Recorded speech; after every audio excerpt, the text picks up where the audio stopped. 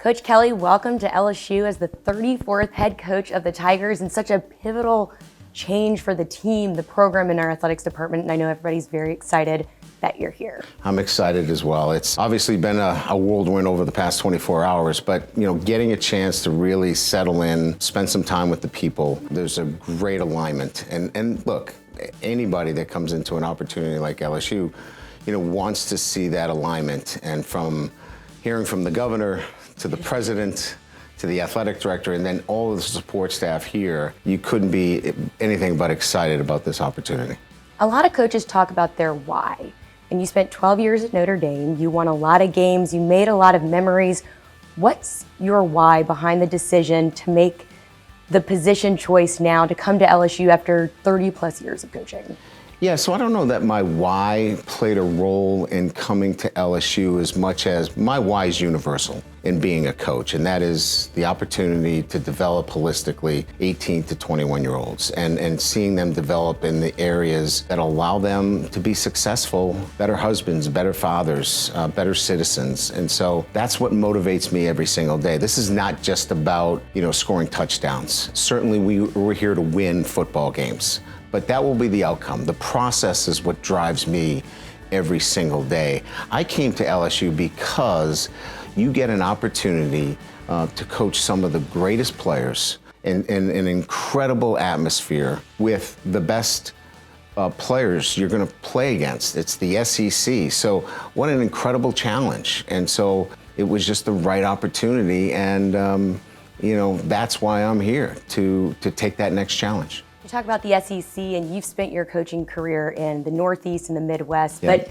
you've recruited the South for decades, and you've talked about how sometimes it's a hurdle convincing kids to leave here to go somewhere else. So now that you're the head coach at LSU and you're in their backyard, how does that change for you and your staff?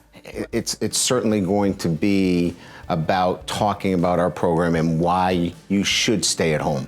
We have to pull our base. We have to do the due diligence. This is still about work. You have to get out there. You have to get to the student athlete and show them why they should come to LSU. We're not going to take anything for granted. It will be a different road for me.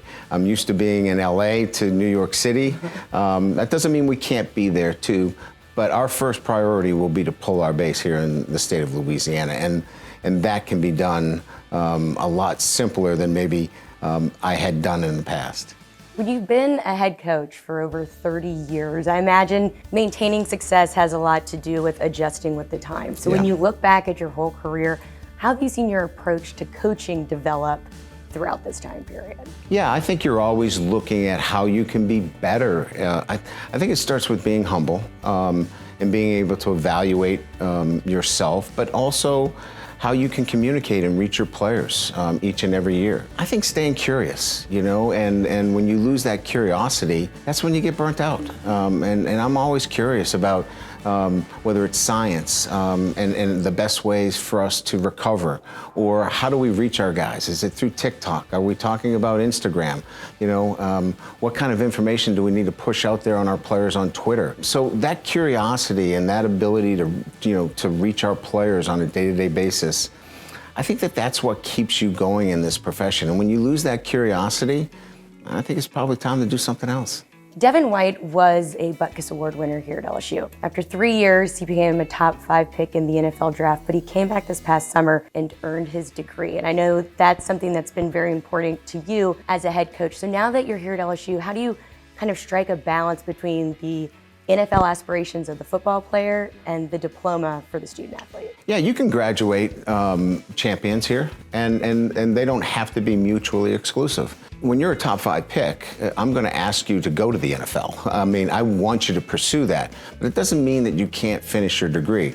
I think what it means more than anything else is that Devin did a lot of the work prior to leaving here, the little things necessary to position himself for that degree. And I think that's what we'll spend most of the time on, is that let's do the appropriate work necessary. So if you do get into that 3rd year and you have an opportunity to be the first round pick, and we say, hey, this is probably a great opportunity, when you do come back, you don't need to be here for 2 years.